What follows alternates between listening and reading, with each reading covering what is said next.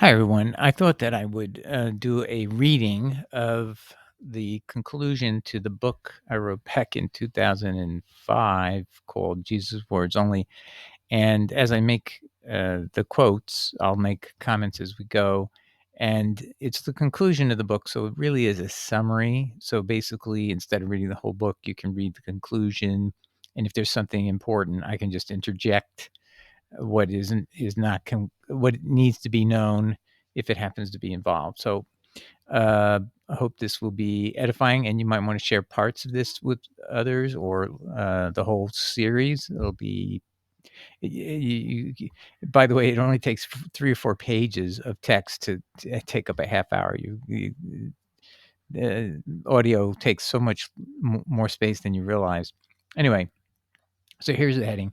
The duty to distinguish false prophets is how to show we love God. In Matthew 22, verses 37 to 38, we read, verse 37, Jesus said to him, "You shall love the Lord your God with all your heart and with all your soul and with all your mind." Verse 38, this is the first and great commandment. Jesus is not only quoting Deuteronomy 6, verse 5, as most commentaries mention.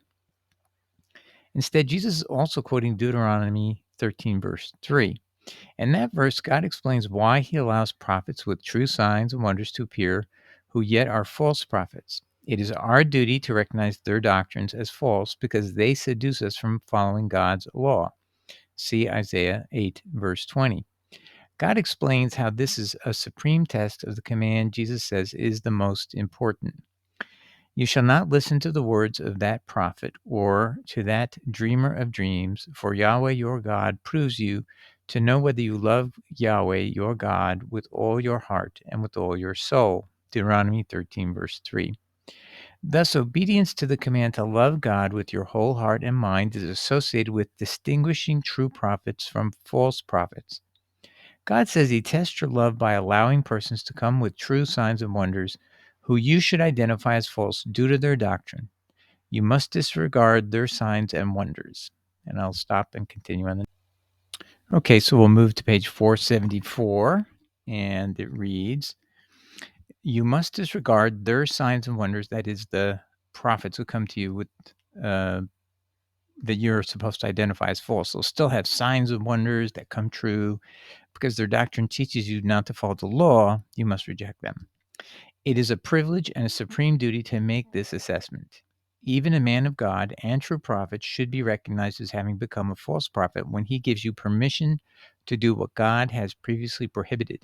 This is the lesson the young prophet from Judah learned bitterly when he was deceived by the old prophet in 1 Kings 13. We have a video on that here, and basically what happened is the young prophet was a good prophet, a good man, and an older prophet also was a prophet, maybe was a good man at some point. But for some reason, he decides to test the young prophet, and he knows the young prophet was told to go home directly and not have any food in this little hamlet that he was in. But the old prophet said, no, no, no, God's told me you can stay here. The young prophet trusted him. So the young prophet stays.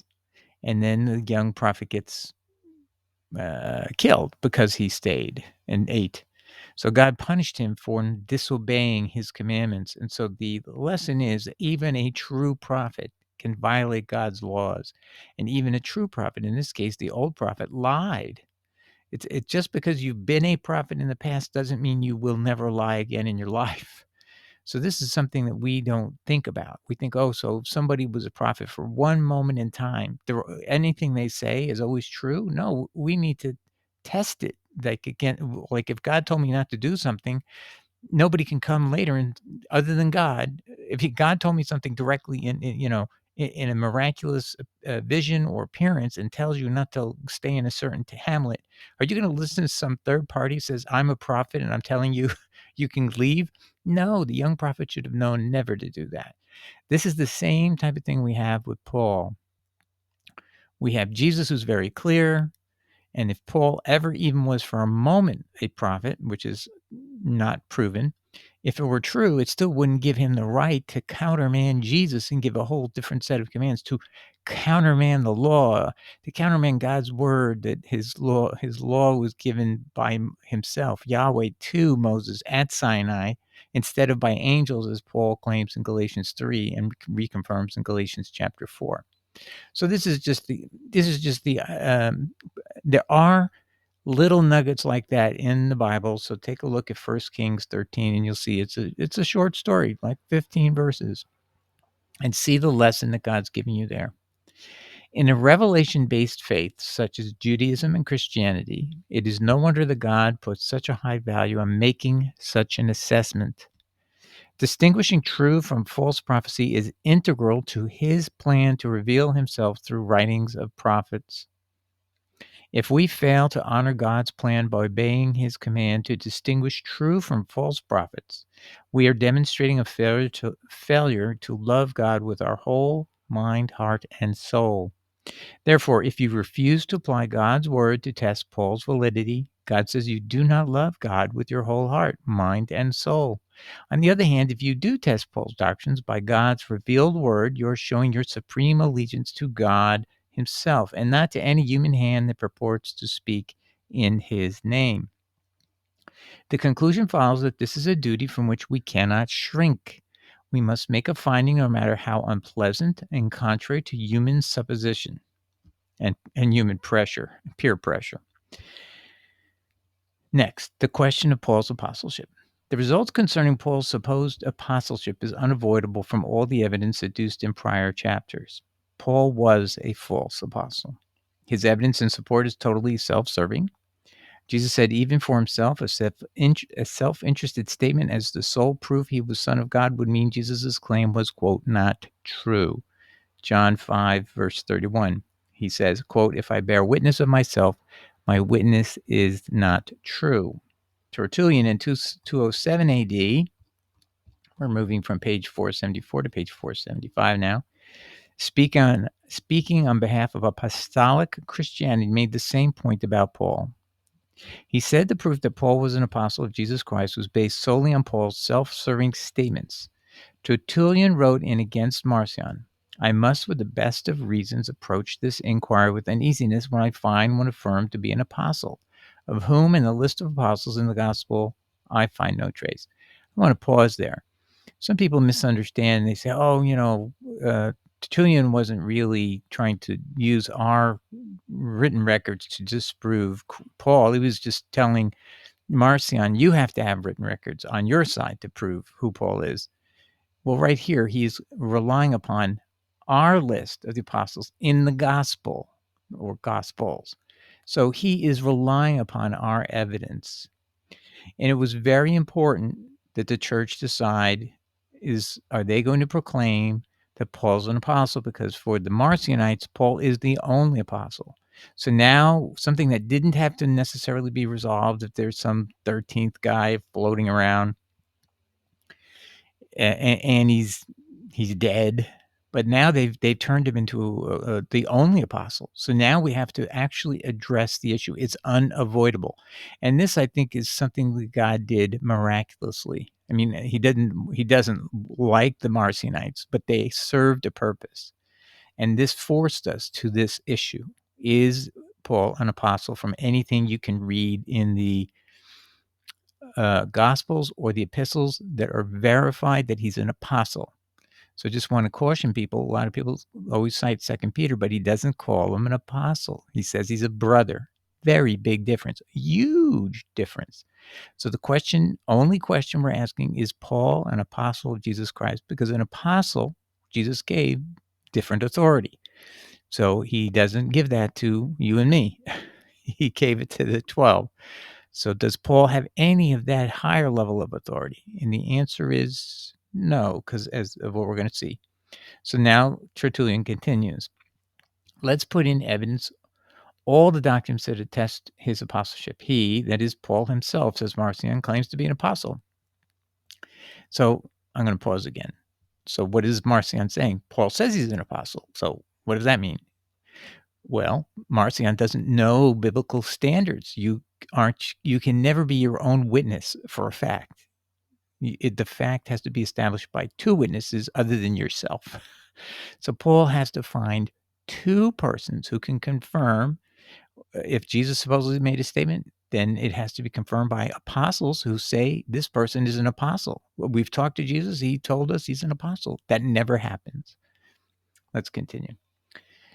And he, that is Paul himself, says Marcion, claims to be an apostle, and that not from men nor through any man, but through Jesus Christ. So those are Paul's own words. Clearly, any man can make claims for himself. Is Tertullian doing anything wrong, ladies and gentlemen? No, he's doing exactly what you're supposed to do. Anybody can make a claim for themselves. Doesn't prove it's true. Doesn't mean they are an apostle if they say they are.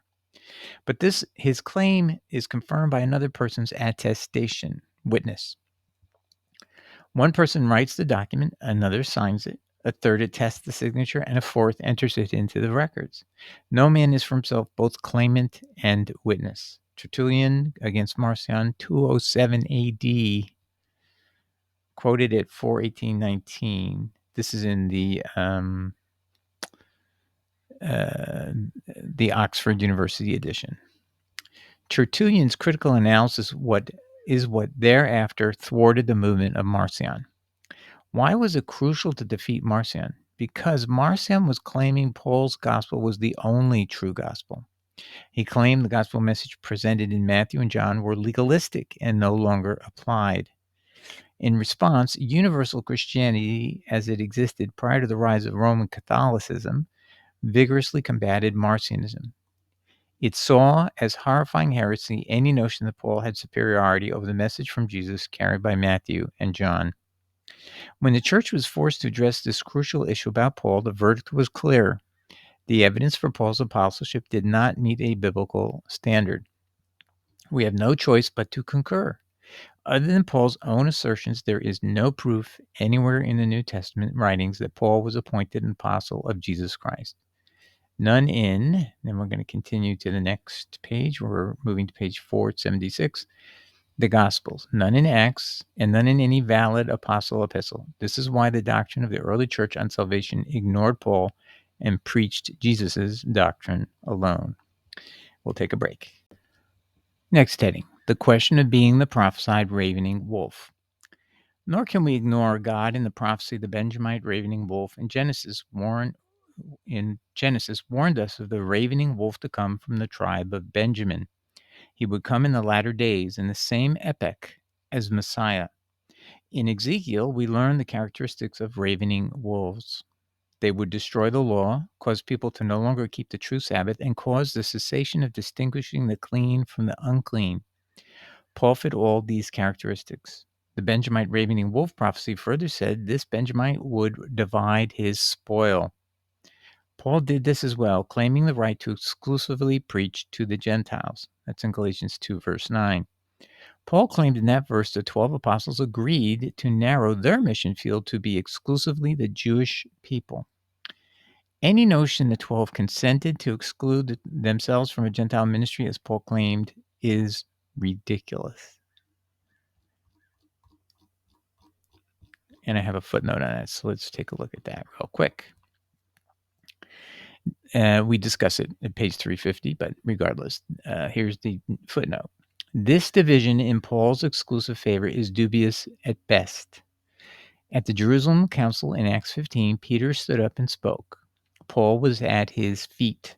Peter declared he, not Paul, was the apostle to the Gentiles by God's decree. His words were, quote, God made choice among us that the Gentiles by my mouth should hear the word of the gospel and believe. Acts 15, verse 7 of the ASV, American Standard Version. So if God made choice of Peter to be the apostle to the Gentiles, then that means he's the apostle to the Gentiles. Paul unilaterally, only in his epistles, not in front of these witnesses, makes the claim he's the apostle to the Gentiles. So who is the only person in front of witnesses made this claim?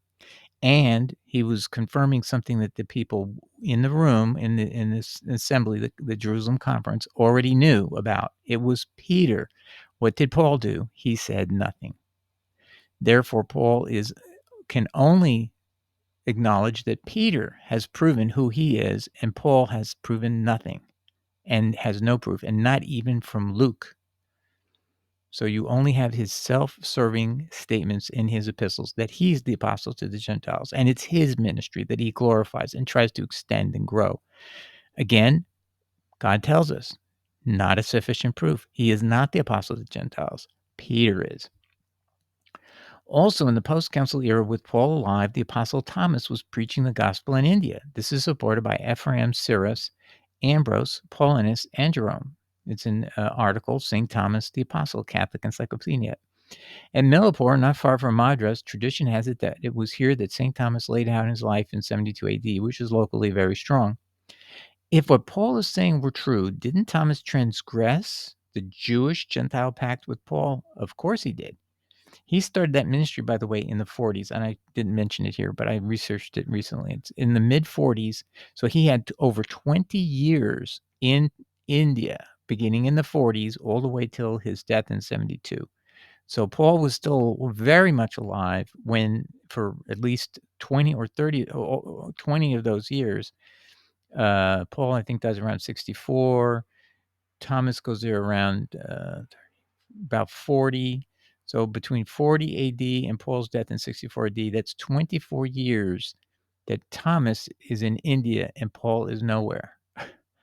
Paul is somewhere, but Paul is not claiming that Thomas is violating some pact that the 12 have to go to the Jews and he alone gets to evangelize to Gentiles. That's what he's telling us. I mean, let's be frank, that's what he means. It's a pact. They will not overlap territory. And nothing is more Gentile than India. And I mean, there's really no way around that either. And the stories are all about a Brahmin, people who are not Jewish in by any means, way or shape or form, were converts. So this is a proof that what Paul says in practice can be disproven by evidence that's material, significant, and overwhelmingly true. And his statement is underwhelmingly unproven.